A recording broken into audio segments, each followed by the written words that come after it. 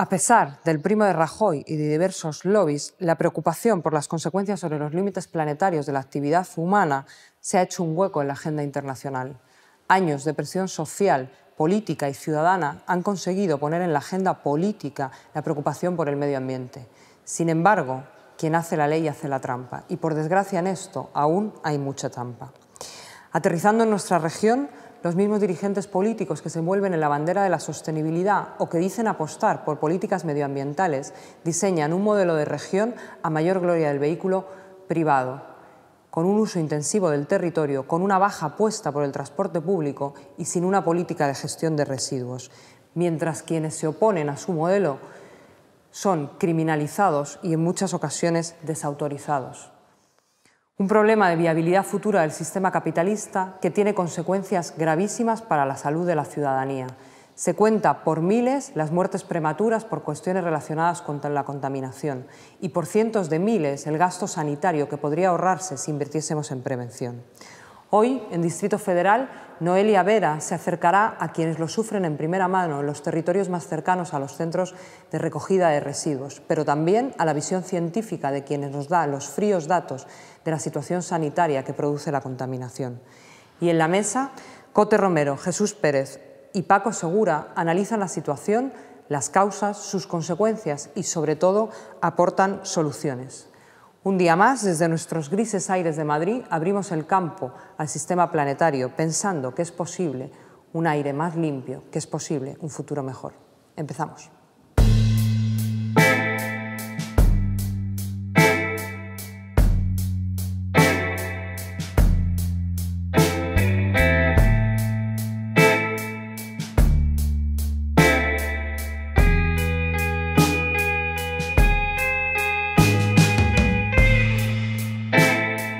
Casi 45 millones de españoles respiraron aire contaminado durante el último año, según el último informe publicado de Ecologistas en Acción. Esto supone que el 95% de la población española vive expuesto a unos niveles de contaminación superiores a las recomendaciones de la Organización Mundial de la Salud. En total hablamos de 16.000 muertes prematuras. En Madrid, obviamente, el problema se agrava porque hay más industrias, hay más calefacciones y hay más vehículos. Hoy, para comprobarlo, vamos a visitar dos asociaciones de vecinos cuyos barrios saben lo que es vivir al día a día con las consecuencias de respirar aire sucio.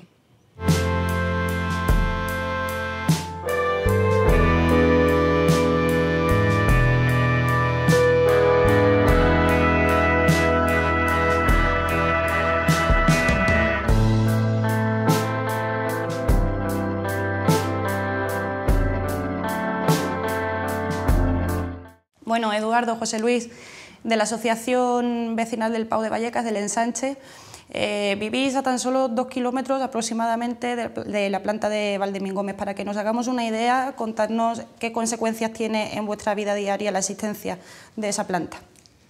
Pues te puedo decir que, por ejemplo, que me llego a vacaciones en el mes de agosto, ahora mismo todas las noches tenemos un periodo de malos olores, con lo cual ahora ya refresca un poquito, pero los primeros días de septiembre, que hacía calor todavía, estabas acostado con las ventanas abiertas porque hace calor y de madrugada te llegaba un mal olor que se metía en la casa y que te obligaba a cerrar las ventanas para poder dormir, aguantar el calor y además el mal olor que se había quedado dentro de la ventana.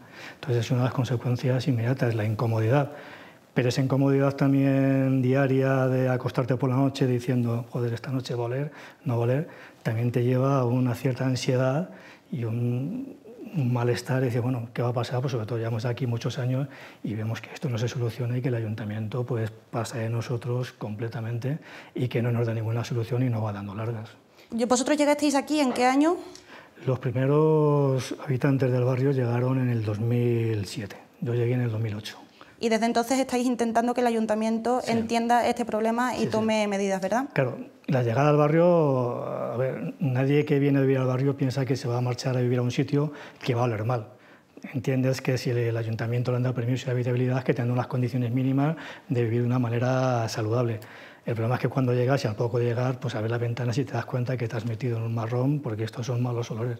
Y el primer día la asociación ya empezó a movilizarse para solucionar el problema, ponerse en contacto con la Junta Municipal, con el Ayuntamiento, hablando de este problema, y el Ayuntamiento al principio nos decía que no olía, hasta que tuvo que reconocer que sí que olía, y que bueno, que ya pondría una solución. Al cabo de 3 años o 4, allá por el 2010, creo que fue 11, ya conseguimos que se cerrara la planta de las Lomas, que es una planta en la que se hacía el compostaje al aire libre, y entraron en funcionamiento las 2 plantas que se hace el compostaje en circuito cerrado, que son las Dehesas y La Paloma.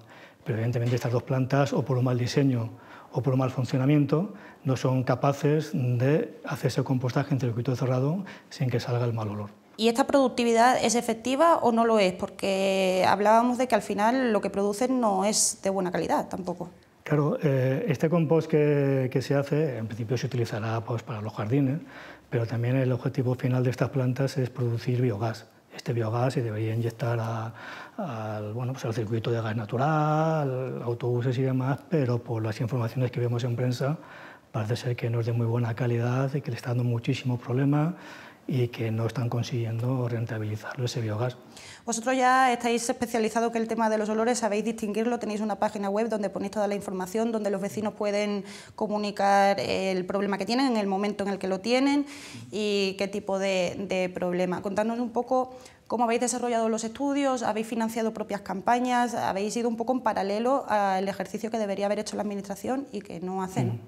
Sí, se ha financiado un estudio olfatométrico a través de la asociación con aportaciones y este estudio concluía que el olor ni es admisible ni es evitable y el Ayuntamiento de Madrid no reconoce ese estudio porque dice que como que lo hemos hecho favoritismo nuestro. Es un estudio muy complejo, trae de una sociedad que está homologada y es un estudio en inmisión, es decir, se midieron durante varios días el aire del barrio, no el aire de Valdivín Gómez, y concluyó que sí, que había unos niveles inadmisibles. A diferencia del estudio que hizo el Ayuntamiento de Madrid, que era en un día, una vez al año, con una bolsa que lo llenan de aire sucio y que luego en un laboratorio se analiza y concluyen que hay, posibles malos olores, aunque el propio estudio que hizo el Ayuntamiento ya avisaba que no es muy concluyente porque también depende de otros factores ambientales como la dirección del viento. El estudio que hicimos nosotros se hizo a lo largo de varios meses, en el que un técnico venía por aquí y hacía medidas aquí en el barrio, medidas sin misión con un aparato de medidas de campo, mucho más eficaz y que en Estados Unidos y en otros países está homologado. Para financiar ese estudio tuvimos que hacer una campaña de crowdfunding entre los vecinos, que nos llevó más de un año recaudar dinero suficiente para poderlo llevar a cabo. Decíais que también había otro tema que era la contaminación del aire, que sí que tiene una repercusión en la salud de la gente de aquí, de la zona. ¿Cuáles son esas otras consecuencias? Claro, aquí estamos hablando de los malos olores. Los malos olores es una incomodidad, pero evidentemente cuando el río suena, agua lleva y aparte de mal olor nos tememos que algo más puede llegar.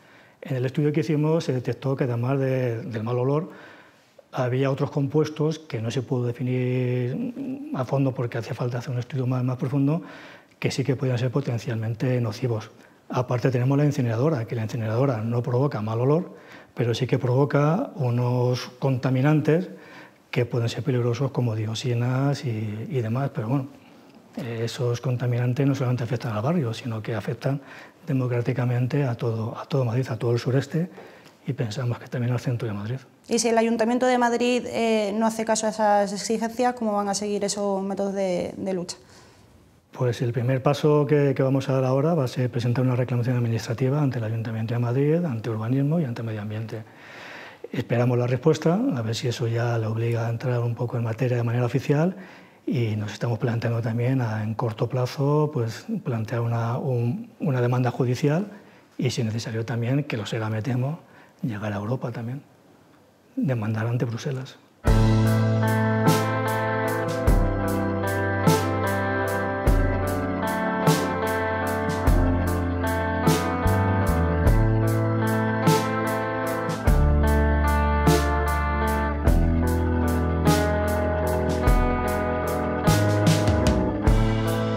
Javier, usted es médico y además es vecino de la zona sur de Madrid, en concreto de Villaverde. ¿Nos podrías hacer, por favor, una radiografía de cómo afecta la contaminación hoy por hoy en la salud de los madrileños? Bueno, la contaminación atmosférica la producida fundamentalmente por el tráfico en la ciudad de Madrid, viene desde hace muchos años afectando gravemente a la salud de los madrileños. Es conocido y se ha publicado en montones de sitios, desde la propia Organización Mundial de la Salud hasta organismos gubernamentales o organismos no gubernamentales como es Ecologistas en Acción, multitud de informes en que ponen de manifiesto que la contaminación mata. O sea, directamente la contaminación está produciendo miles de muertos por una mortalidad prematura, muertes evitables que la contaminación provoca. En la ciudad de Madrid eso se sabe y es especialmente grave porque es un lugar, esta ciudad, en general la Comunidad de Madrid, pero en particular la ciudad de Madrid, en la que la administración pública no está tomando medidas para combatirlo. Y eso se traduce en las dos principales causas de muerte que la contaminación produce. Y una de ellas son las enfermedades cardiovasculares, cardiorrespiratorias, ¿verdad? Y la segunda es en el tema de los tumores. Esas dos causas, que son las dos principales causas de mortalidad, la contaminación las acentúa y las produce, de hecho, ¿no? La clase social pues también influye en esto. De manera que las clases más desfavorecidas, esas que según algunos estudios, entre la zona norte y sur de una ciudad, entre la parte más rica y la parte más pobre, puede haber hasta 10 o 15 años de diferencia de esperanza de vida, pues la contaminación es otro de los elementos que en esas clases más empobrecidas afecta más gravemente, sencillamente porque tienen peores condiciones de habitabilidad. Los barrios, como este barrio de Villaverde en el que estamos hablando, están abandonados, hay poca limpieza viaria o ninguna en algunos casos, las zonas verdes se abandonan y como conjunto la ciudad de Madrid, como no está luchando contra la contaminación, a pesar de que la contaminación atmosférica, la contaminación producida por el tráfico es muy democrática y no distingue, no hay barreras, ¿verdad? Pero en las zonas más deprimidas, como puede ser las zonas sur de la comunidad, afecta más gravemente porque influye ya sobre problemas que vienen de lejos. ¿Por qué hay ese vacío a la hora de comunicar y de hacer campañas para la prevención de la contaminación? Porque estamos hablando de que hay un vacío y hay un desconocimiento o que no se toma o no se asume una cierta conciencia con respecto al tema con la gravedad que tiene. Sí, la verdad es que este es el gran truco, ¿no? O sea, aquí nos lo han birlado y nos tienen entretenidos a la ciudadanía pues con otras cosas, ¿no? Cuando, vamos, yo no quiero banalizar, el tema del ébola es un tema importantísimo, pero desde luego el ébola en España ha producido de momento bastantes pocas muertes, por no decir prácticamente ninguna autóctona, ¿verdad? La contaminación lleva matando gente desde hace décadas en la ciudad de Madrid. Eso no es casual, aquí las cosas no pasan porque sí. ¿Y qué hay detrás de esto? Pues hay intereses. Y los intereses de la ciudadanía y los intereses de los poderosos son otra vez antagónicos en el tema de la contaminación. ¿Quién está detrás del tema de la contaminación en Madrid? Pues, por ejemplo, las industrias que fabrican vehículos. Las industrias y los bancos, por supuesto, que son los que lo mantienen, ¿verdad? No nos olvidemos, las industrias del petróleo, es decir, los grandes. Pero es que además en Madrid, al contrario que en otros sitios, no se avisa. Es decir, cuando aparecen niveles de contaminación muy elevados, como pasa hoy en concreto, ¿verdad? Hoy, día 21 de octubre del año 2014, en la ciudad de Madrid, desde las 8 a las 12 de la noche hay una inversión térmica y altos niveles de contaminación van a descender desde las capas altas de la atmósfera hacia las capas más bajas y van a afectar a la respiración de los vecinos y de esas personas que son más vulnerables. Entonces, no se avisa de que eso va a suceder, se avisa formalmente en una página web, en algún cartelito en las calles, en las vías públicas, pero esa información no llega. Llama mucho la atención y es muy diferente en otros lugares del mundo, ¿no? En otros lugares de Europa, en el que la gente está mucho más consciente y está plenamente informada. Aquí la información se nos birla sistemáticamente y la explicación, ya digo, no es desidia, no es que no se quiera hacer, es que hay intereses para no provocar una alarma social justificada, ¿verdad?, que haga que los gobernantes tomen medidas. Ya has mencionado que la Comunidad de Madrid, las administraciones no toman demasiado partido en erradicar este problema. Decías que es una cuestión que se agrava más en zonas de desigualdad, en zonas donde hay más pobreza. La zona sur es una de ellas. ¿Qué puede hacer la gente desde aquí o de qué manera se puede contrarrestar ese vacío legal por parte de la Administración? Pues lo mismo que se hace en otros campos, ¿verdad? Luchar para que las cosas cambien. Es decir, hay intereses detrás de esto. La administración pública ya sabemos de qué bando está. El problema viene desde hace mucho tiempo. Las evidencias están encima de la mesa. Si la gente no lucha por cambiarlo, esto va a seguir igual o peor, ¿no? Va a haber un lavado de cara, va a haber unas declaraciones de grandes principios, va a haber, como está viendo hasta ahora, peticiones por parte del Ayuntamiento de Madrid para que haya moratorias en la aplicación de las medidas ante la Unión Europea, pero si no hay una presión popular, como está sucediendo pues, con el tema de los desahucios, con el tema de la corrupción, con todos esos temas, esto no va a cambiar. No va a cambiar por lo que decimos, porque hay intereses económicos muy poderosos detrás que se benefician, por desgracia, del deterioro de la salud y eventualmente de la muerte de personas, como en tantos otros aspectos. Bueno, Cote, Jesús, Paco, hemos visto en el reportaje cómo la contaminación afecta a la salud, ¿no? Que yo creo que es uno de los ejes en los que menos atención se presta, por abrir un poco juego la primera vuelta.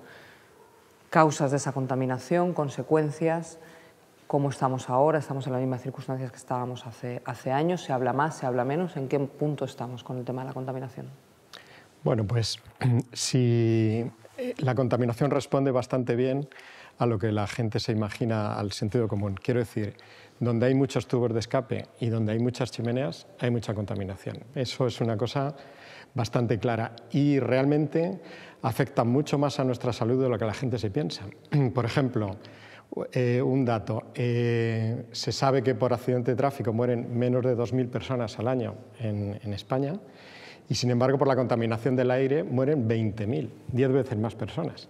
O sea que el asunto es gravísimo y yo creo que no se le está dando ni muchísimo menos la importancia que tiene y eso es lo que, bueno, desde los grupos ecologistas intentamos poner sobre la mesa, que es un asunto de primera magnitud. Vamos, hablamos de 10 veces más muertos que por accidentes de tráfico. Es verdad, una cosita, que esas muertes no son traumáticas, no es un joven que de pronto deja de vivir por un golpe, sino que se traducen normalmente en una pérdida de esperanza de vida. Es decir, alguien que viva en Madrid respirando el aire que hay en Madrid puede perder hasta 2 años de esperanza de vida a causa de esa contaminación. Cuando hablamos de esa pérdida de calidad de vida, ¿no? Y cuando hablamos de fundamentalmente lo que has dicho, ¿no? Tubos de escape y chimeneas, obviamente hablamos de energía y hablamos de modelo energético, de combustibles fósiles. Cote, ¿cómo de importante es el no debate que ahora mismo vive este país sobre el modelo energético y la imprescindible necesidad de cambiarlo para cambiar eso? Efectivamente, el debate es capital y se está abortando por los grandes intereses económicos de las clases económicas pudientes. La realidad es que desde la Plataforma por un Nuevo Modelo Energético estamos trabajando activamente para la transición energética, una transición a una cultura de la energía que se base principalmente en el ahorro de la energía, en controlar el despilfarro de energía, el despilfarro de materiales, que apueste por la eficiencia energética y, por supuesto, que sus fuentes sean renovables. Todo esto tiene grandes beneficios, no solo económicos, la alternativa ya es más competitiva económicamente y, por lo tanto, es una apuesta para activar la economía y para generadora de empleo, sino que también tiene ventajas sociales, es más democrática, sociales, también políticas, pero, por supuesto, ambientales. La alternativa al modelo energético es la herramienta más eficaz para poder frenar el cambio climático, pero es que además en la materia de lo que está hablando Paco sobre contaminación, el cambio de modelo afecta radicalmente a la calidad del aire. Ahora iremos con las ventajas y con la potencialidad también, ¿no?, de hacer una apuesta por ese cambiar, pero antes también en el reportaje nos hablan de un elemento que a mí me sorprende porque no es nuevo y sin embargo se olvida, ¿no?, que es también el tema del tratamiento de residuos. Yo tenía 14 años y Esperanza Aguirre era concejala de Medio Ambiente en el Ayuntamiento de Madrid cuando se inicia se abre o se apuesta por la incineradora de Valdemín Gómez y hay toda una plataforma y una movilización en contra de eso. Y hoy, más de 20 años después, vemos cómo los vecinos de los entornos, ¿no?, de Vallecas, Valdebernardo, Rivas, etcétera, siguen en una situación donde tienen un elemento muy contaminante que recoge toda la basura de buena parte de la Comunidad de Madrid y que no tiene un tratamiento para evitar esto. ¿Cómo es posible que en 20 años no se haya movido un ápice el problema de los residuos en esta región, ¿no? Sorprende.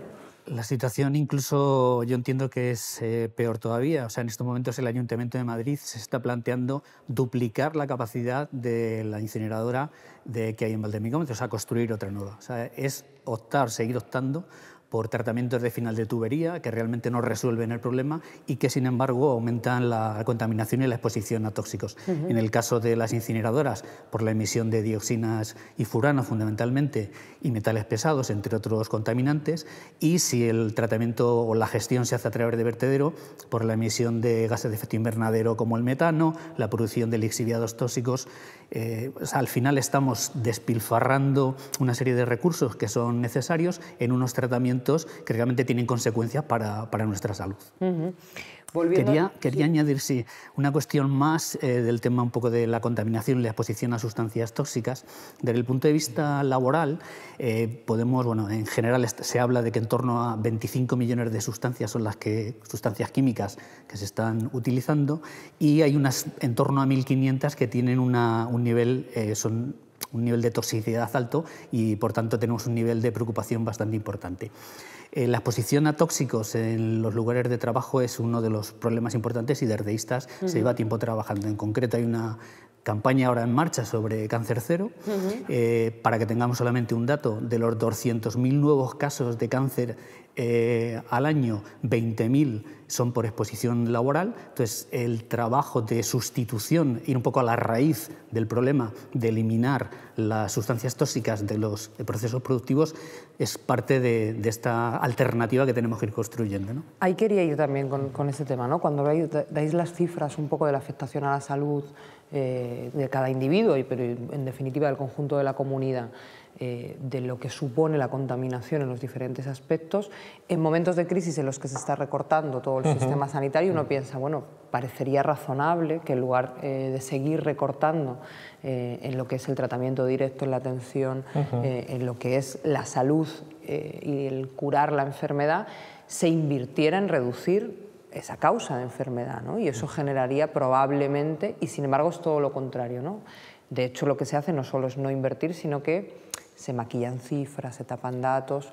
¿Cómo es posible que frente a la realidad económica y frente a la gravedad de lo que supone para la sociedad, los dirigentes políticos, en lugar de actuar ¿no? Es que es como una cosa que cuesta entender. Cuesta entender, y encima con datos sobre la mesa todavía es más difícil de entenderlo, porque hay estudios hechos a escala europea que demuestran que un euro que se invierta en la lucha contra la contaminación genera 12 euros de ahorro en sanidad, o sea, de mejoras de nuestra salud. Es algo tan palmario que parece mentira que no se inviertan esos euros y efectivamente pues no se hace, ¿no? Entonces, bueno, pues es una política... Hoy por hoy lo único que nos está dando un respiro en calidad del aire, curiosamente, es la crisis. Es de las pocas cosas en las que claramente nos está ayudando, porque hasta el 2007 se notó un crecimiento de esta contaminación que ha venido decreciendo, por lo menos en nuestras ciudades, desde entonces, ¿no? En Madrid es algo muy claro. Eso es debido a que la gente utiliza menos el coche y se ha reducido mucho, casi en un cuarto, el consumo de combustibles. Eso está permitiendo que se hayan reducido algo los niveles de contaminación, pero aún seguimos por encima de los máximos legales. O sea que bueno, pues están estos dos aspectos. Uno, la ceguera en cuanto a que la inversión en prevención genera beneficios clarísimos y al sistema sanitario, y lo otro, la pequeña ayuda que aquí nos está dando la crisis. En Madrid ha sido noticia en sucesivas ocasiones, bueno, pues una alcaldesa escondiendo medidores contaminantes, denuncias de ecologistas. Yo creo que hay un trabajo muy serio, tanto de ISTAS como de diferentes organizaciones, de la Plataforma por un Nuevo Modelo Energético, de Ecologistas en Acción, que están de alguna manera poniendo encima de la mesa estudios muy serios, con alternativas muy serias, mientras los poderes públicos esconden esa realidad, tapan los contaminantes. ¿Qué más se puede hacer? que más se puede presionar, ¿no? ¿Cómo conseguir que la ciudadanía también tenga un conocimiento que hoy se oculta? Bueno, pues yo creo que sí, no es igual. Precisamente buena parte del trabajo que hemos hecho ha sido en poner sobre la mesa estos asuntos, en transmitir esta información a la población con nuestros propios medios, con la intermediación de la prensa y así. Pero efectivamente el principal interés de no solo el Ayuntamiento de Madrid, esto ha ocurrido en muchos sitios, es esconder bajo la alfombra la contaminación. Ahí están los cambios de ubicación de estaciones. En Madrid teníamos 27 estaciones, pues las 14 peores, las que 14 peores registros tenían, justo antes de que entrara en vigor en 2010 un cambio de legislación, se movieron a sitios distintos, se llevaron a parques, al pueblo del Pardo, a lugares así, para tratar de que no llegáramos a los límites, precisamente quitando las más problemáticas. Bueno, aún así, seguimos incumpliendo la ley. Aún así, la Comisión Europea, que tiene obligación de sancionar a los Estados que no cumplen la legislación, no lo hace. Hay infracciones que llevan abiertas desde 2009 y no se sustancian en nada. Aquí nadie pone multas. Y lo que han hecho ayuntamientos como el de Madrid es pedir prórrogas para seguir contaminando. Pero se lo han denegado recientemente, ¿no? Así es, se lo han denegado y esto supone pedir prórrogas para que la gente siga respirando aire sucio, es en esos términos. Sí, por añadir un poco la otra parte de la contaminación, que podríamos un poco más hablar de la contaminación industrial, ¿no? Hay un inventario de emisiones, el PRTR, es obligatorio que las más de 6.000 instalaciones más contaminantes anualmente elaboren un informe sobre más de 90 contaminantes y se publique en esta página del Ministerio. Pero, sin embargo, el acceso a los contaminantes y a toda la información todavía no es así. O sea, solamente se publican aquellos valores de emisión que superan unos determinados umbrales, con lo cual es difícil que tengamos la información de todos los centros industriales, de todas las instalaciones y conocer al detalle qué nivel de contaminación es el que hay. Y hay un porcentaje importante todavía, en torno al 40% de instalaciones que, como no superan esos valores umbrales, ni siquiera se publica la información.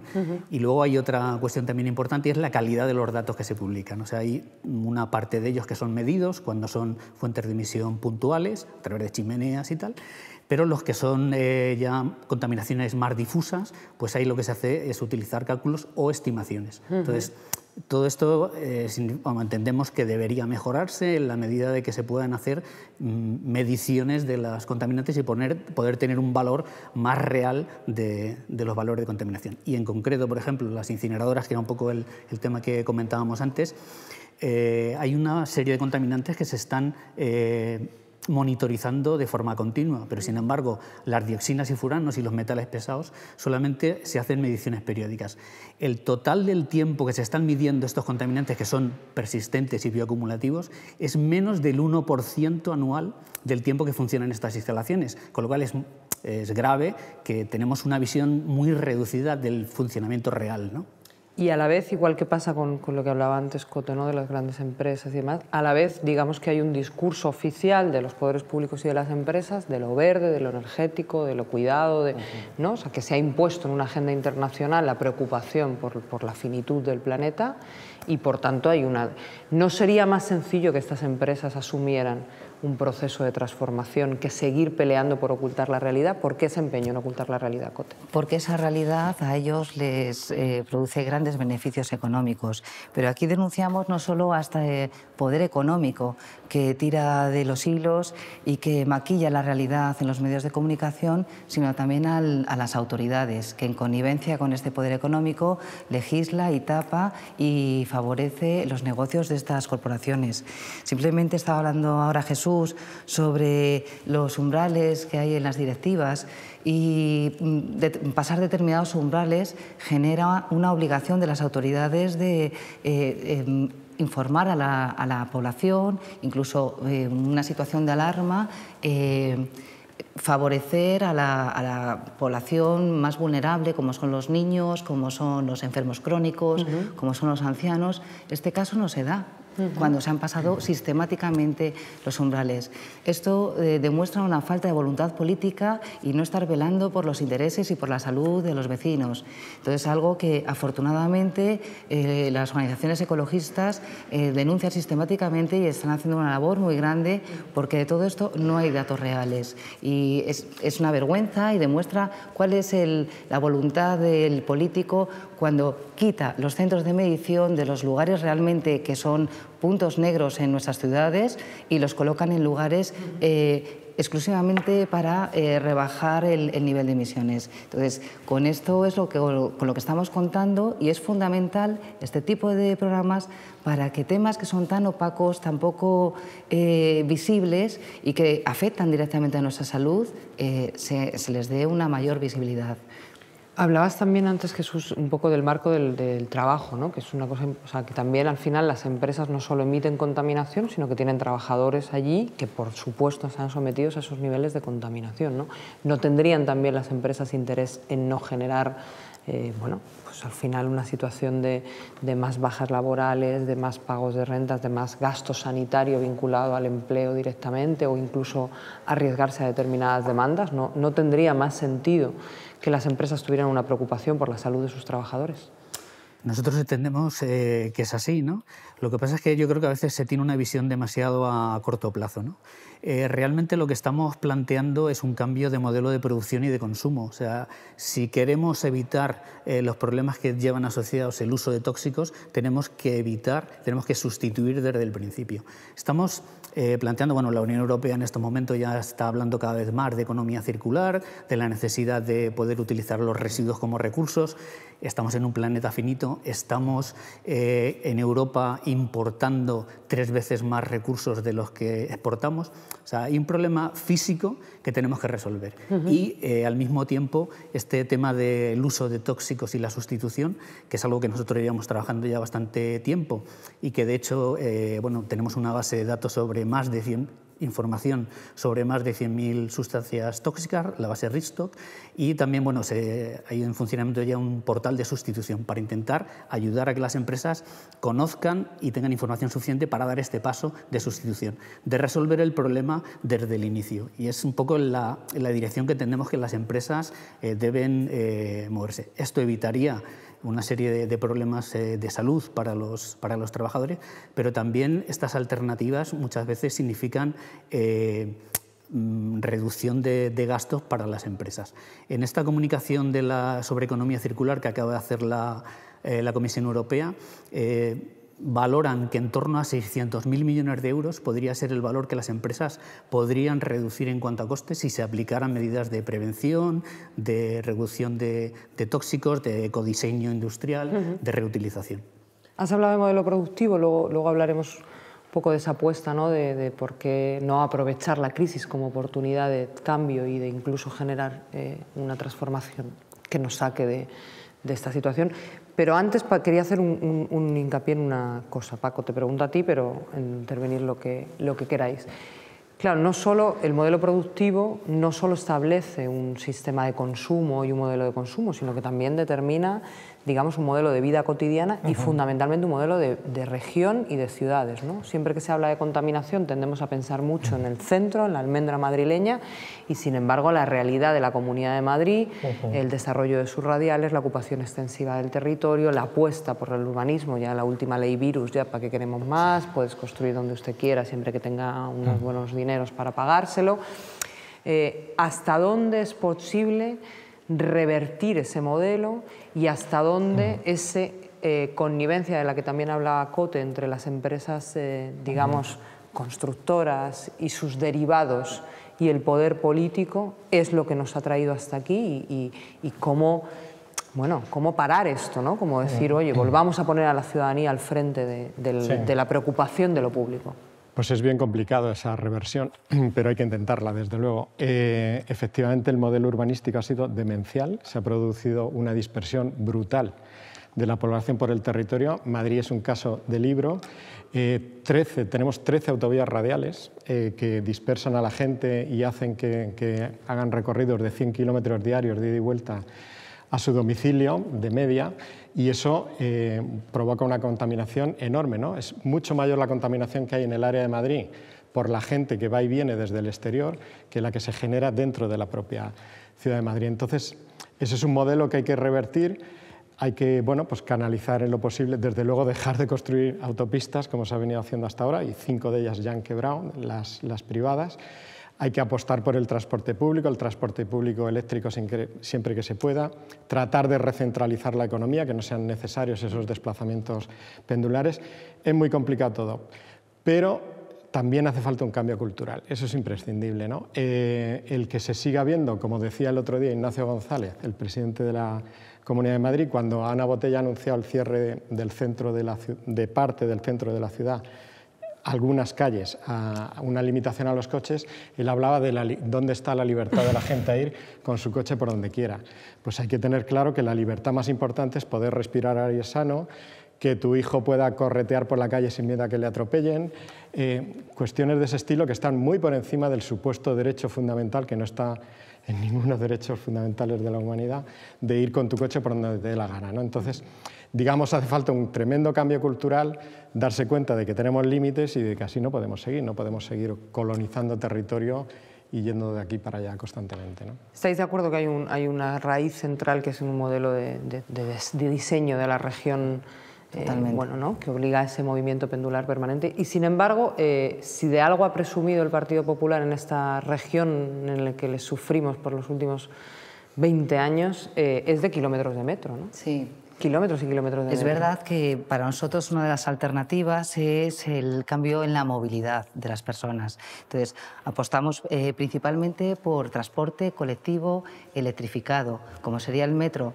Pero el metro exige unas inversiones realmente delirantes y está en una situación de déficit. Hay alternativas de transporte colectivo eléctrico, como es el trolebús, como es el tranvía, mucho más barato, mucho más accesible y mucho más rápido en su ejecución. También estamos apostando porque realmente la red de entrada en Madrid con bicicleta sea viable, es decir, que haya buenos accesos con bicicleta, menos medidas tan marketingianas y sí, realmente apostar porque un ciudadano, una ciudadana de Madrid se pueda transportar con bicicleta sin ningún problema y, por supuesto, el ir a pie. Pero esto hablamos de cara a las ciudades. Tenemos que pensar también en el transporte de las mercancías que entran y que están recorriendo constantemente la península, ¿no? Es decir, un transporte que se ha basado eminentemente en el transporte rodado de camiones que están quemando gasolina o gasoil con gran impacto, no solo en el cambio climático, sino también en la calidad del aire. Es decir, tenemos una red ferroviaria que abarata en 4 o 5 veces los costes energéticos de este transporte. Detrás de todo esto llegamos siempre al mismo punto, la falta de voluntad. Entonces, hay que tocar a la voluntad política para realmente llegar al cambio. Sin lugar a dudas, el trabajo sistemático, académico que se está haciendo en las organizaciones es la punta de lanza. Pero todo esto va a funcionar si hay una ciudadanía activa, informada y concienciada que esté empujando el cambio. Hablaba Cote de ese cambio de modelo y hablaba sobre todo de ese transporte de mercancías, ¿no? Que al final tiene que ver con cómo se produce en un sitio, se consume en otro, y tú planteabas también, ¿no?, esa redistribución de mercados. Desde el punto de vista laboral, ¿no?, desde el punto de vista de la generación de empleo, de la calidad en el empleo, de la precariedad, siempre se tiende a pensar que el crecimiento exponencial, cuanto más crecimiento, cuanto más es directamente proporcional al empleo, ¿no? O sea, a la calidad de vida, al empleo. Y bueno, hay gente que empieza a plantear que igual hay que revertir ese pensamiento, ¿no? Y que hay que volver a ese mercado más local, más cercano, más en el que no haya por qué ir todo el mundo a trabajar a la capital, ¿no? ¿Es posible realmente garantizar un cambio de modelo, volver a recuperar niveles de productividad, repensando ese crecimiento o yendo a decrecimiento? Lo que comentabas de la comunicación de la Comisión Europea va justo en ese sentido. O sea, se está intentando plantear la Unión Europea cuál tiene que ser el futuro, no solo desde el punto de vista ambiental, sino fundamentalmente hacer una visión desde el punto de vista económico de la necesidad de cambiar esta discusión entre crecimiento y decrecimiento. Ellos están planteando la posibilidad de una economía circular, o sea, o recirculamos los materiales o es imposible que se mantenga la industria en Europa y por tanto el empleo, ¿no? Desde ISTAS llevamos ya bastante tiempo trabajando un poco en la alternativa a este modelo productivo y si esto generaría o no empleo. Bueno, aparte de que en general los estudios internacionales también van en esta misma dirección, los estudios que se han hecho en ISTAS sobre energías renovables o sobre movilidad, el papel del ferrocarril, un poco lo que estábamos comentando, o en concreto la gestión de residuos. En todos los casos lo que estamos viendo es la posibilidad de generar empleos estables, sostenibles en el tiempo. Estamos hablando de un cambio de modelo productivo que realmente es el que va a poder mantenerse, el que tenemos ahora no. En concreto, bueno, acabamos de presentar este estudio sobre la mejora en la recogida selectiva de materia orgánica y estamos planteando que se podrían generar más de 5.000 empleos directos o más de 13.000 si contamos directos e indirectos. Y bueno, ya presentamos en 2011, en concreto también sobre gestión de residuos, la posibilidad de implantación de un sistema de depósito, devolución y retorno para envases de bebidas que se podrían generar hasta 14.000 empleos. O sea, todos los estudios que hay y los que nosotros estamos haciendo un poco ya más centrados en la realidad de nuestro país indican que es posible este cambio, que es necesario y yo creo que imprescindible, ¿no? Yo iría por ahí. Es que a mí me parece imprescindible porque sencillamente el crecimiento no es posible. No se puede seguir creciendo y creciendo en el consumo de materiales y de energía en un mundo que claramente es finito y en sociedades en las que consumen mucho más que lo que producen. Entonces hay que ajustar las cosas de otro modo y el otro modo pues, es a partir de esas economías circulares tal, pero es una quimera plantearse que vamos a seguir creciendo para generar empleos que desgraciadamente cada vez son de peor calidad. O sea que está comprobado, siempre se habla, hablando del automóvil, que es un gran generador de empleo, pero es que hay estudios hechos en España, pero también en Francia, en Alemania, que son países grandes productores de automóviles, fabricantes, que demuestran que apostar por el transporte público genera más empleo y de más calidad que la apuesta por el coche. Y además no te pueden deslocalizar a un conductor de autobús, como te deslocalizan una fábrica de automóviles al sureste asiático, no sé. O sea que digamos que esa economía tampoco es ni esa nueva economía que nos hace falta, ni menos intensiva en empleo, sino todo lo contrario. También, volviendo al tema energético, ¿no? Durante mucho tiempo la excusa para no hacer un cambio en el modelo energético, que quizás sería la raíz de cambiar el resto de cosas, tiene que ver con las inversiones, ¿no? Con cómo, sí, bueno, ¿no? Claro. Que a medio plazo puede generar esos puestos de trabajo, puede generar esa riqueza, pero que hace falta una inversión inicial demasiado potente. ¿Es esto real? ¿Es esta la excusa? ¿Es creíble en el marco de una crisis donde se pone dinero para la banca a fondo perdido, que no hay capacidad de asumir la urgencia, ¿no? Que lo estáis planteando de cambio? Pues la realidad es que detrás de todas estas afirmaciones son los mantras que las grandes corporaciones energéticas han conseguido colar a través de los medios de comunicación en los últimos 4 años. Las renovables de primera generación han precisado de ayudas públicas para poder ser competitivas con las tecnologías que ya están consolidadas en un mercado. Pero no olvidemos, y estos nos lo cuentan, todas las tecnologías fósiles, pero todas, más la nuclear y la gran hidráulica, siguen siendo ayudadas de una u otra manera muy sutil. En cambio, ya nos encontramos con determinadas tecnologías renovables ya maduras que son competitivas con los fósiles. Y en este momento, en el momento de hacer transición energética, empezando con este tipo de tecnologías, nos encontramos con las barreras normativas que están impidiendo la transición energética. ¿Cuál es el problema? Los grandes intereses de estas grandes eléctricas en concreto.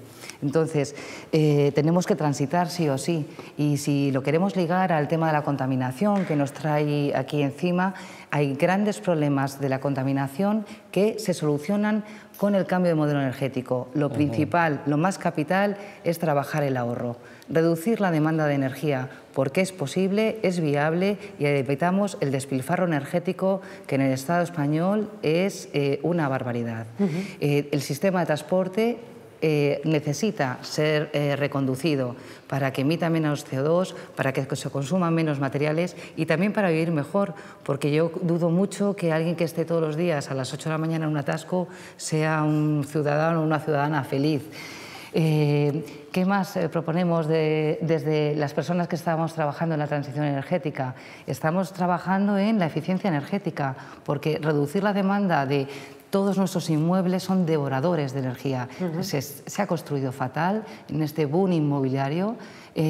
Nuestras viviendas, nuestros edificios están derrochando energía y están derrochando dinero. Entonces, hay una serie de medidas pasivas que son de obligado cumplimiento por sentido común, dejar de despilfarrar. Temas como las térmicas de carbón tan contaminantes, pues por mucho que se les haya puesto filtros para captar el sulfuro, pues siguen siendo tremendamente contaminantes y nos podemos permitir el lujo de cerrarlas. No son necesarias. Así hablaríamos de la incineración, hablaríamos de un montón de procesos industriales, etc. Pero lo principal es, de cara a la ciudadanía, el cambio de la cultura de energía.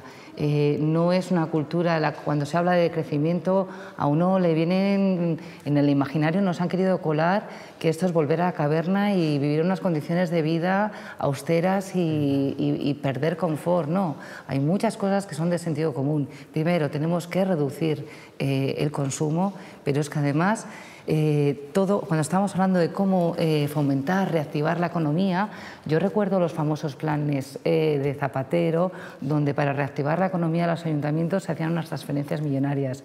¿Qué se hizo en la gran mayoría de los ayuntamientos? Infraestructuras.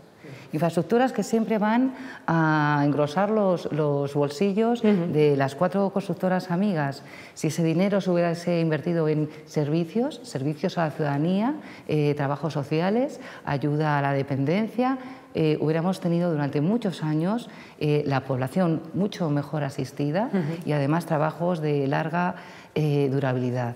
Jesús, querías apuntarlo. Volviendo un poco a lo del tema del ahorro y la eficiencia, creo que es un sector en el cual, bueno, desde ISTA ya tenemos también algún estudio sobre este tema en concreto, la posibilidad de generación de empleo, la reforma de edificios, también incluyendo la reforma energética y de aislamientos para mejorar el ahorro.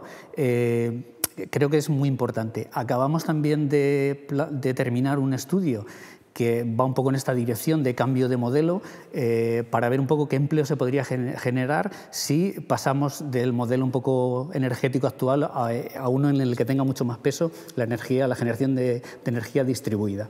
En el caso de los residuos, la Comisión Europea ya está planteando que se podrían generar hasta 400.000 empleos si se cumpliera con la legislación de residuos que ahora mismo está vigente. Por dar un dato, ahora mismo en 2020 deberíamos llegar a reciclar el 50% de los materiales. Bueno, pues la nueva estimación con los nuevos objetivos que ya se están planteando para 2030 de un 70% podría generar 180.000 empleos más.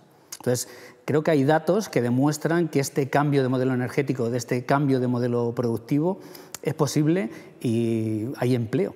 Hablabais del cambio cultural, que obviamente es una parte imprescindible, ¿no?, de todo transformación. Creo que también hay una apuesta de fomentarlo o no fomentarlo desde las instituciones y creo que sin ellas es mucho más difícil, ¿no? Pero sin duda, a pesar de las resistencias de las instituciones y de fomentar pues, ese consumismo, ese individualismo, ese derroche y ese valor del crecimiento económico y de lo mercantilista, bueno, de unos tiempos a esta parte, la ciudadanía reacciona y se preocupa por la situación del planeta, por la finitud. O sea, creo que ha habido, si un movimiento ha tenido éxito en la concienciación ciudadana al margen de la voluntad de los poderosos y de las instituciones públicas, ha sido el movimiento ecologista, ¿no? Entonces, vosotros que sois gente que lleváis tiempo en esta lucha y en esta pelea, me gustaría que los tres hicierais una valoración, ¿no?, de cómo ha sido esa evolución y cómo se ha sido capaz de que la ciudadanía esté, o sea, en mi opinión, en estos temas por delante de sus instituciones y que por eso también se ocultan datos, ¿no?, porque hay determinadas cosas que no se permitirían hoy. Sí, yo estoy de acuerdo que eso ha ocurrido, que también es obvio que la ciudadanía va muy por delante de sus gobernantes, es una obviedad, pero no es suficiente, claramente no es suficiente. O sea que nosotros llevamos hablando de cambio climático desde los años 70. Y se lleva mareando la perdiz desde, por así decirlo, quizá el hito más claro fue Río en el 92, ¿no?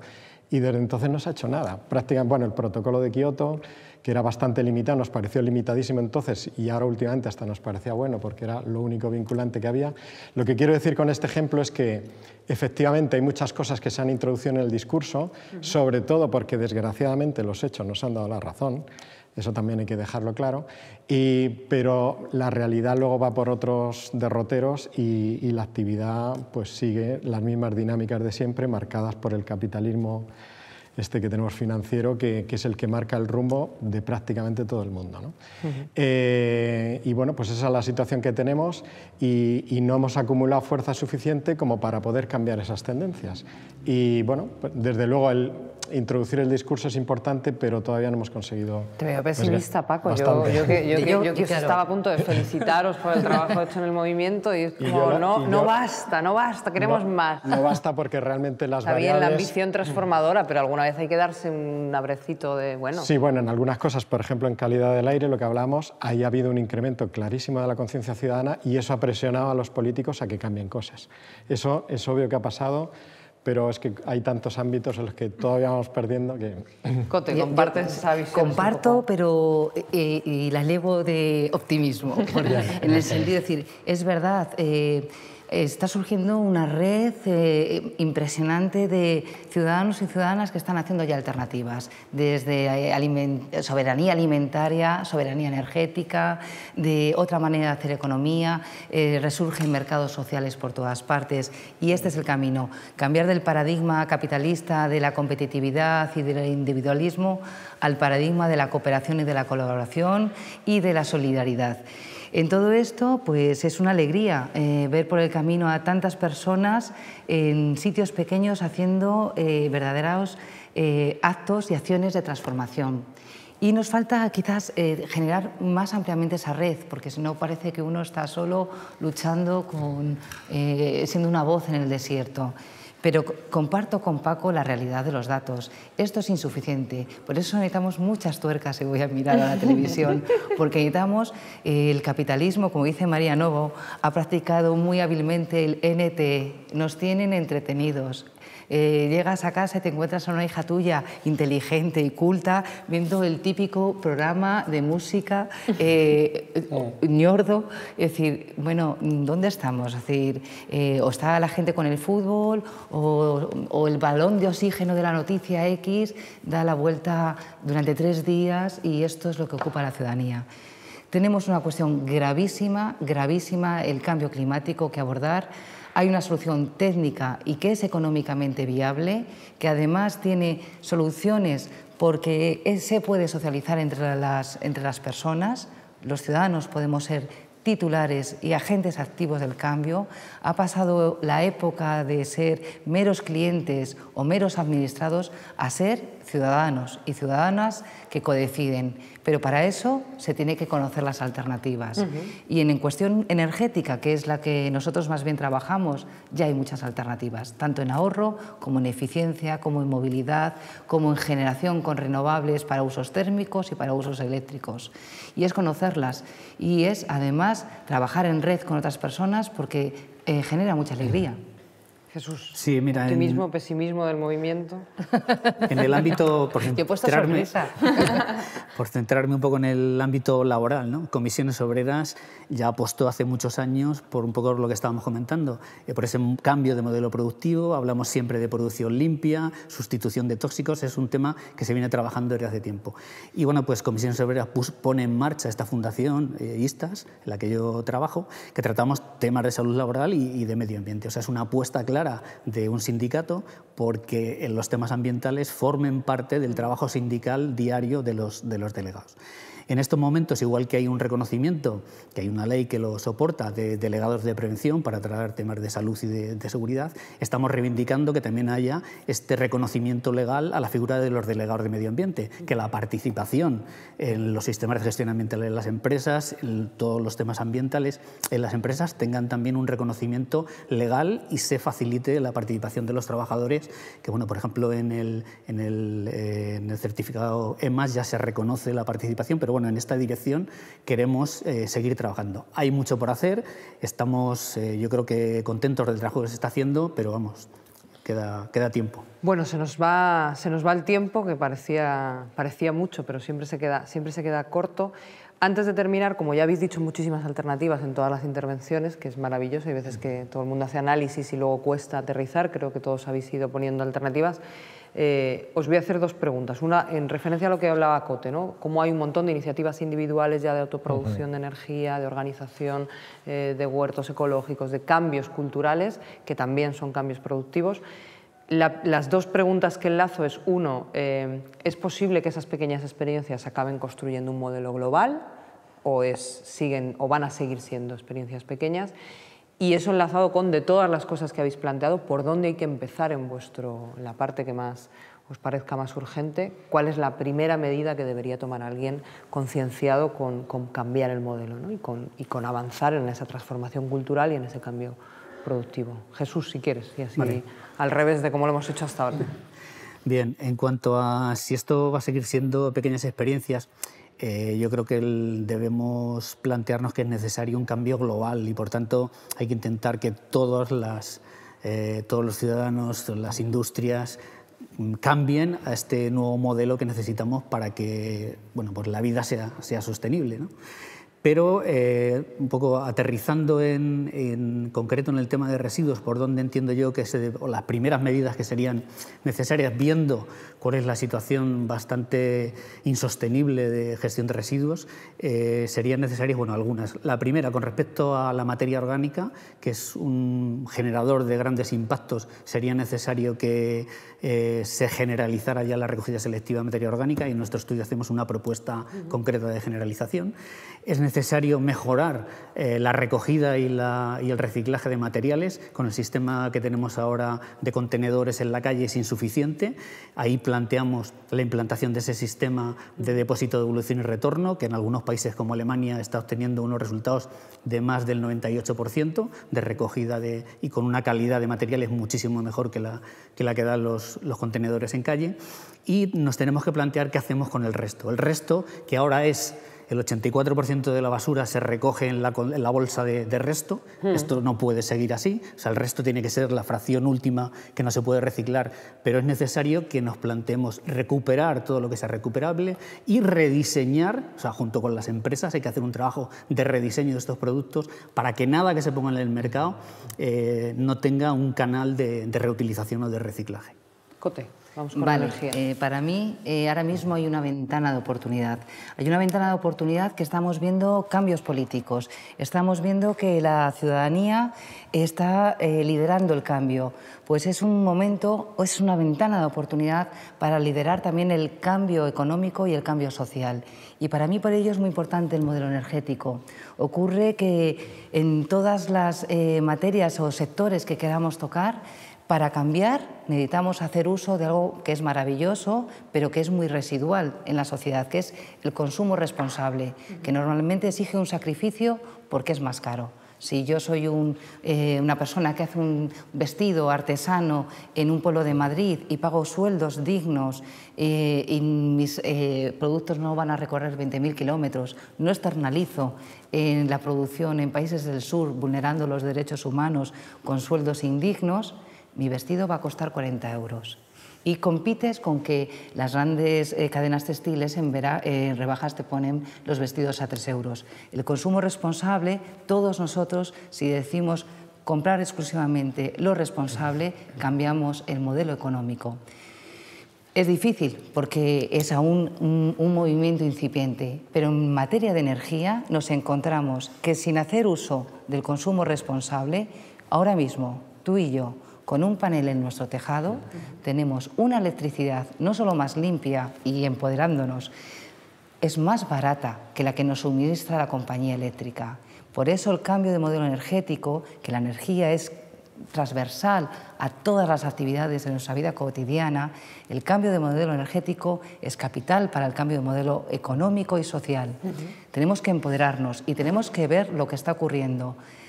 Toda la legislación está para desincentivar que ahorremos energía y que seamos generadores de energía térmica y eléctrica. Ya han empezado ahora mismo con la térmica en este verano. Es decir, de una manera muy sutil. Todo esto es muy sutil y el ciudadano no se entera. Pues tenemos que crear resistencia y seguir fomentando. Bien. Pues en cuanto a lo primero que nos preguntabas, Tania, de las pequeñas experiencias, yo creo que hay que apostar por ellas, independientemente de si pensamos que se pueden generalizar o no. Porque son buenas per se y tienen un efecto, bueno, pues de ensayo de distintas posibilidades de cómo funcionar de otro modo y además de formación de la gente que se implica en esas experiencias. Todo el mundo que entra en un grupo de consumo ecológico, por ejemplo, es que se queda enganchado a ese tipo de producción y eso al final va cambiando independientemente que sea más fácil generalizarlo o no, ¿no? Y en cuanto a qué cambiaríamos, si hablamos en calidad del aire, quizá la medida más importante es reducir el uso del coche en la ciudad, menos y mejor transporte. Esa sería la receta. Apostar por los modos no motorizados, dar facilidades al desplazamiento a pie, en bici, por los medios públicos, mejor si son eléctricos, y poner restricciones al coche, así de claro. Pero si pensamos ya en un ámbito más global, ¿qué sería lo importante? El criterio principal para nosotros sería claramente poner en el centro de las decisiones políticas la vida de las personas y la vida en el planeta, del resto de seres que comparten este planeta con nosotros. Yo creo que eso te da una visión totalmente distinta, inversiones en armas, en apuntalar bancos que están destruyendo en otro lado, tal, no tendrían sentido si te marcas ese eje, ese punto de vista que vamos, te provocaría un cambio radical en toda la sociedad. Bueno, como decía Cote, hacen falta más tuercas, ¿no? que desde luego tiene esta filosofía que tú planteas, ¿no? Nosotros intentamos con esta nueva apuesta de EDF llevar a la realidad de la vida cotidiana de la gente de la Comunidad de Madrid reflexiones más altas, ¿no? Pero vinculárselo con lo que le pasa cotidianamente. Os agradezco mucho a los tres que hayáis participado y que os hayáis prestado al debate. Creo que hemos hecho un debate de altura y a la vez asequible a la gente y espero que sigamos adelante con DF y que desde luego más pronto que tarde cambiemos esa realidad en lo concreto de las experiencias cotidianas y en lo global de ese modelo energético. Gracias a vosotros. Muchas gracias. Gracias.